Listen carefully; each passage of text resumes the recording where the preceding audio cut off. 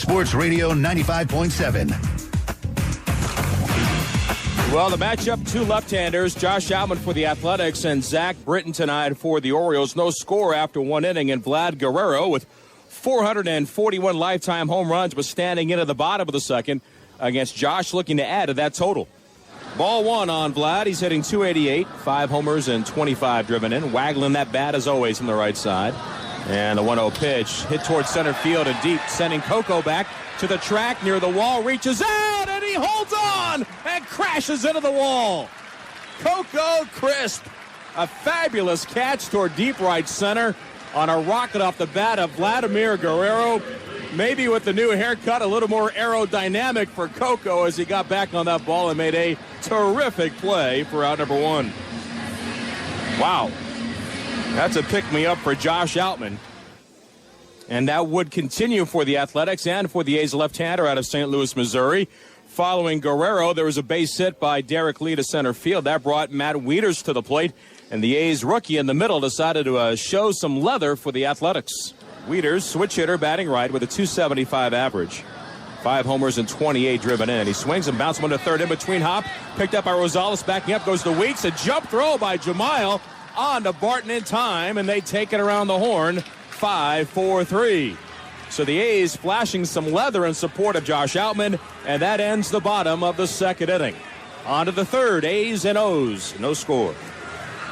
Last night, Jamiel Weeks made his major league debut for the Athletics. He looked nervous, he looked a little out of sync, and he was 0 for 4 in a game which the A's lost by the final of 4-0. But tonight, much more comfortable, and it showed in his first at-bat with one out in the top of the third inning. History for the youngster out of Altamont Springs, Florida. Outfield shallow and the other way. He swings and drives one hard to left. Racing backward is Weimel. It's by him, and Jamiel can run. He's around first. He motors into second. Jamiel Weeks' first big league hit is a clean double to the warning track and left at Camden Yards. But as has been the case for the Athletics, he's in scoring position, but the next two batters, Coco Crisp and Derek Barton, struck out, and he was stranded, and we remained scoreless. It was that way until the fifth inning. Bottom of the fifth, and Vlad Guerrero began the frame with a single to center.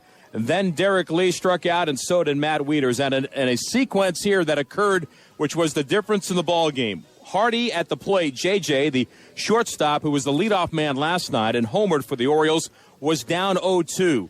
Outman could not finish him off. He threw a ball in the dirt that got away from Suzuki and allowed Guerrero to get to second base in a scoring position on the wild pitch. The count, which was 0-2, got to 3-2, and they got Hardy in a position to make something happen. And the pitch swung on, driven toward right center field. Coco on the run. He can't get it. It drops for a hit, and Guerrero will score. So the Orioles take advantage of a wild pitch. J.J. Hardy drives in his 18th run, and Baltimore has a 1-0 lead. And before Hardy could even complete his high fives in the dugout with his teammates and the coaching staff, Mark Reynolds was at the plate, and he had what was the biggest blow of the night for the Orioles.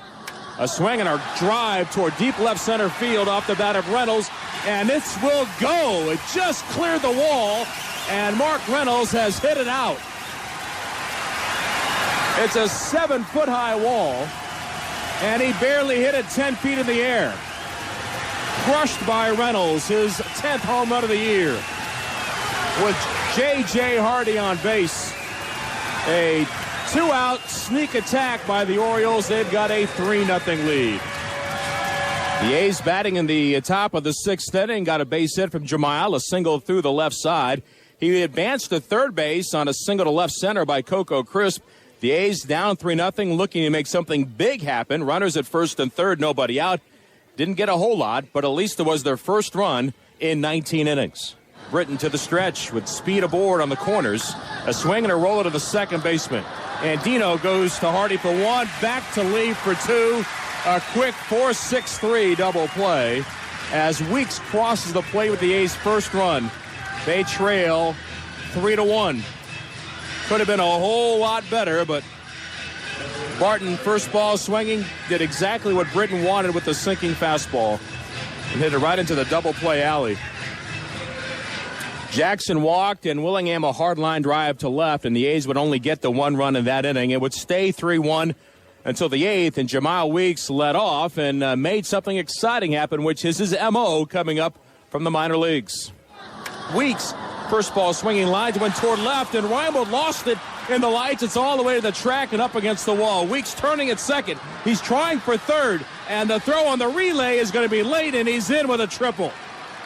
Jamal Weeks showing the speed and some daring on that play, with it right in front of him as Reimold missed the ball in the lights. A sinking line drive, and Jones had to back him up and fire it to the infield. And Jamal with a jarring headfirst slide into third base. And he's going to need an extra moment or two to just kind of clear the cobwebs. But Weeks, once he saw that Reimold missed the ball, just kept on going all the way to third base.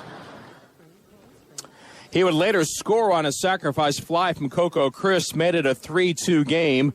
The A's got a 2-out single in that same inning against Jim Johnson from Connor Jackson, but he was stranded on base as Willingham struck out looking on a fastball away from the right-hander. Then Kevin Gray came on in the 9th inning, 3 ground balls, Suzuki to Jesus, and the pinch hitter Ryan Sweeney, and the A's losing streak now at 9 games as the Orioles were victorious by the final of 3-2. Our last look at the scoreboard when we return to Camden Yards after this.